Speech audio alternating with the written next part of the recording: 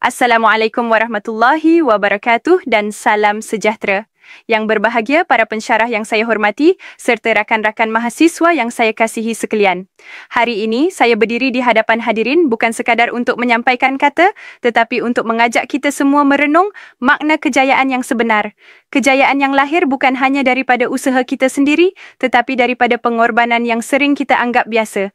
Seorang pujangga pernah berkata, kita sering mengagumi puncak kejayaan namun jarang menyedari jalan berliku yang membawanya ke sana. Hakikatnya, di sebalik setiap langkah seorang anak menuju kejayaan, tersimpan kisah-kisah senyap yang tidak tercatat dalam sejarah, namun terpahat kukuh dalam kehidupan.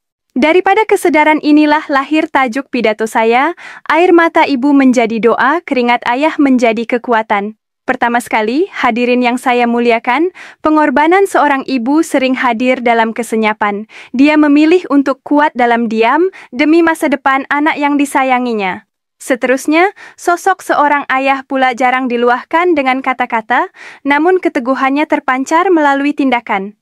Disiplin dan konsistensinya menjadi asas dalam membina masa depan anak-anak. Akhir sekali, hadirin yang dihormati, kejayaan sebenar bukan sekadar pencapaian akademik, tetapi kesedaran untuk mengenang jasa dan bersyukur. Ilmu tanpa adab melahirkan keangkuhan. Sebagai penutup, marilah kita menjadi mahasiswa yang bukan sahaja cemerlang dalam akademik, tetapi luhur dalam penghargaan. Kerana orang yang tahu mengenang jasa tidak akan hilang arah walau setinggi mana dia melangkah. Sekian, wabillahi taufiq wal hidayah. Wassalamualaikum warahmatullahi wabarakatuh.